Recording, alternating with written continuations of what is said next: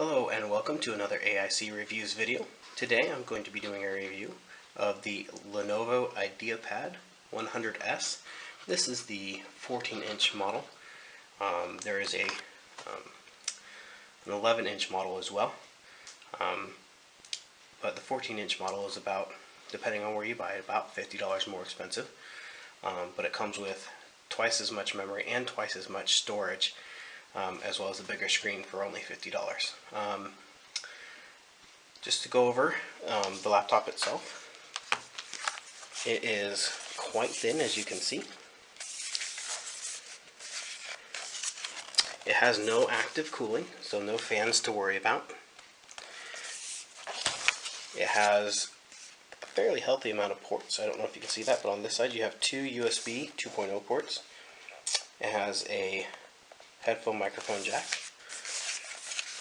Along the bottom, they call them front facing, but they're really downward facing speakers, stereo speakers, one on each side. Along this side you have the micro SD card slot, a full-size HDMI port, a USB 3.0 port, and your charging port. Along the back you have nothing. Along the front edge you have nothing. Now, I am a big fan of laptops in this price range.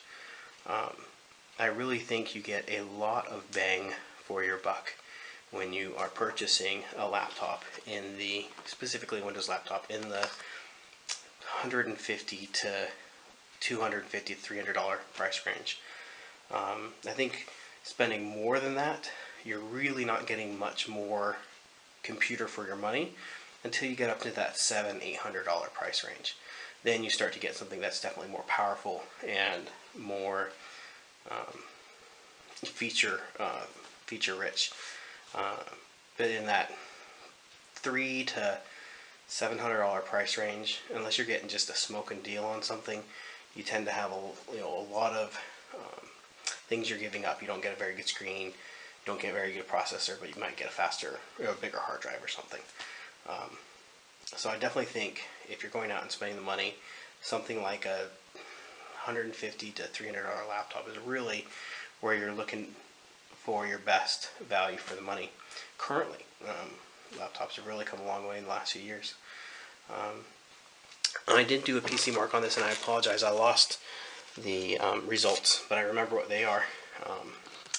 If you go through my video history, I reviewed an Asus X205T recently, which I actually have here as well. And on PC Mark it got a score of 1100. This was a very similar setup, 2 gigs of RAM, the SD memory, got a score of 1500. So this is definitely a more powerful system compared to the other one, but you get some compromises with that. First of all, battery life is not as good on this one. I haven't completely drained the battery, but I guess I'd get about 3 to 5 hours depending on screen brightness and what I'm doing on it with this laptop, where with the Asus I could easily get 8 to 10 hours if I dim the screen and I'm not doing a lot of file transfer over the Wi-Fi. However, this does come with some great features that I really like. First of all, the keyboard on it is bigger. Obviously, because the screen's bigger, they can have a bigger keyboard. Because it's a Lenovo, it has the Lenovo style of keys. They're not as good as, say, like on a W5 20 or 30, where you have a much steeper press. But if you're used to typing on a Lenovo, the style and size of keys would be very familiar to you. One thing I like about this, kind of funny, the touchpad on this is okay. Definitely a okay touchpad. But I actually like it a lot better than the touchpads you get on their workstation currently. Like on the W5 40 and 550. Those have like a single big button that's floating, and it's terrible. If you've used one of them, it's really bad. But this being the touchpad with the separate buttons, that's actually my favorite style, is a touchpad with physical left and right click buttons. I find it to be a lot more accurate and a lot more reliable. The speakers on it are pretty good, even though they face down. Unless you have them on a soft surface like a bed, they're loud enough. Obviously, they're not going to win any awards or be able to have a rock concert with them. But if you're, for a laptop like this, where it's really meant to be a personal system, they're plenty loud enough. I feel most people probably use headphones anyways. The overall design of it, the silver is very nice. It is not a fingerprint magnet, so it'll look nice for a long time as long as it doesn't get scratched. It is just plastic, and so it would be prone to scratching, I feel, and the bottom as well. The feet on the bottom are nice big feet, and it's kind of funny, the ones in the front are fairly flat compared to the ones in the back, which are very raised, which gives it an angle to the keyboard when you're typing. So the front is lower than back slightly because of the size of those feet.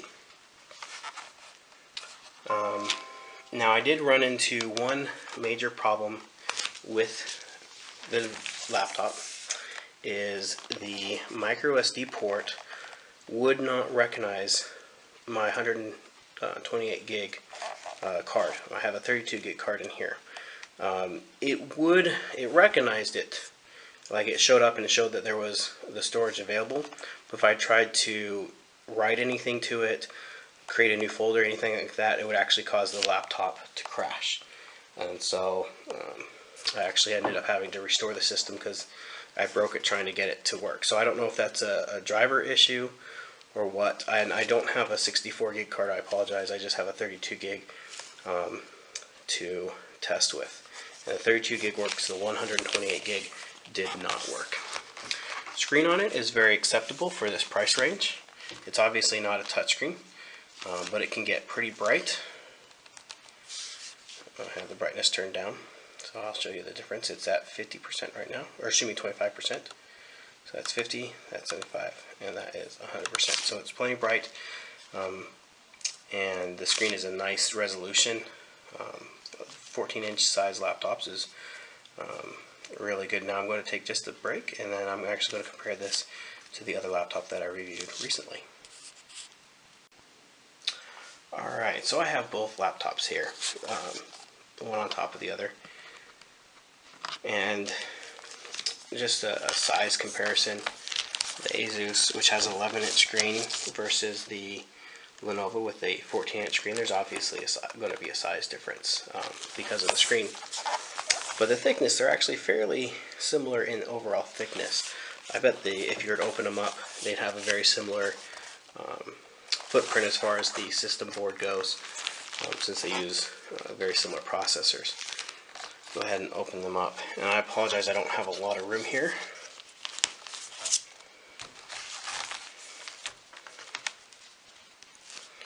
Just to show the keyboards. Obviously the Lenovo, because it's a bigger screen, has bigger keys. They're spaced a little bit further apart, so they're a little bit easier to type on. However, the keys on the Asus are still really good for such a small laptop. They're very responsive.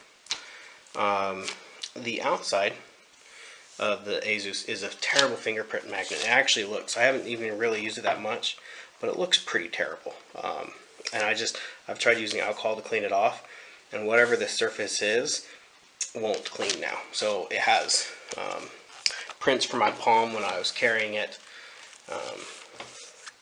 and it just doesn't look very good. Where with the Lenovo, the silver on there, I've been carrying around the last few days, it still looks brand new, very clean.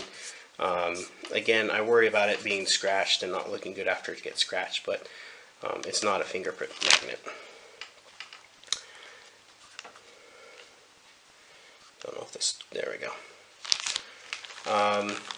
Again, the Lenovo is faster with a score of about 1500 almost 1600 on PC Mark, where this one has a score of about 1100. I want to say it was 1101 on PC Mark.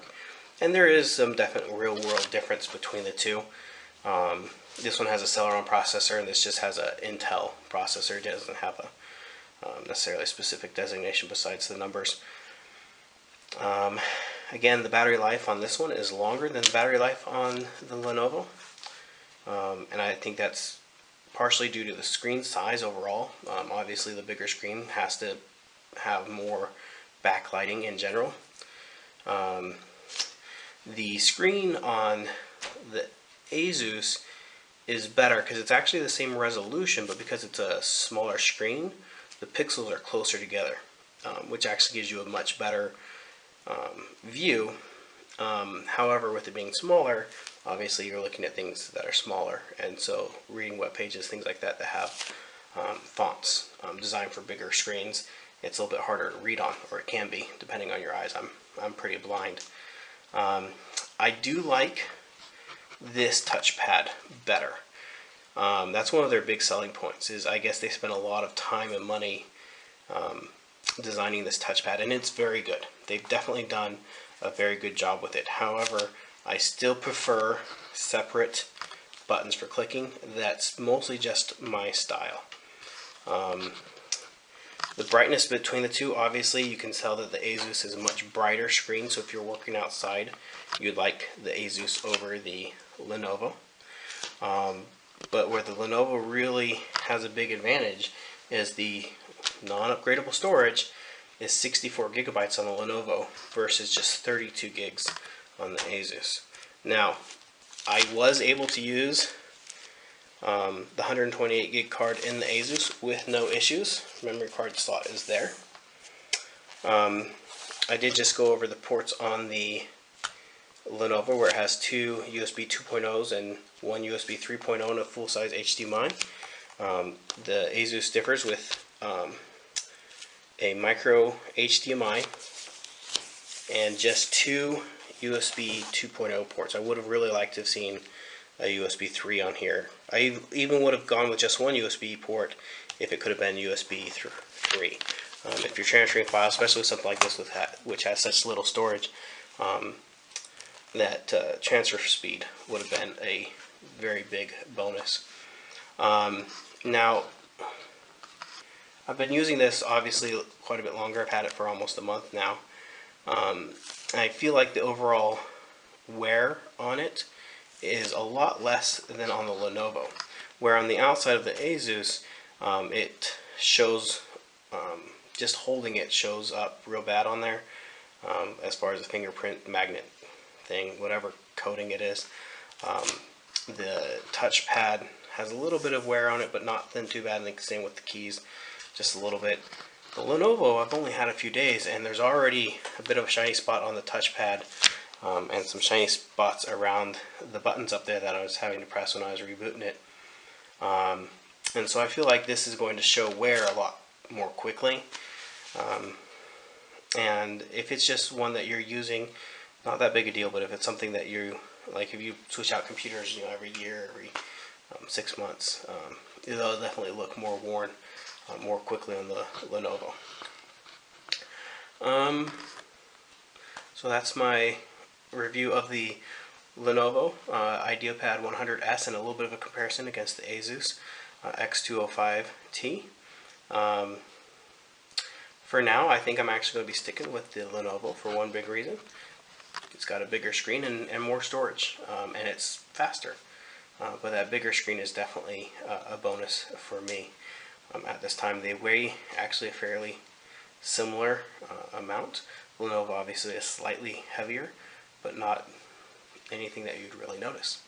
If you have any questions about either of these laptops, feel free to ask in the comment section below, and I'll put a link to both of them in the description. And thank you for watching.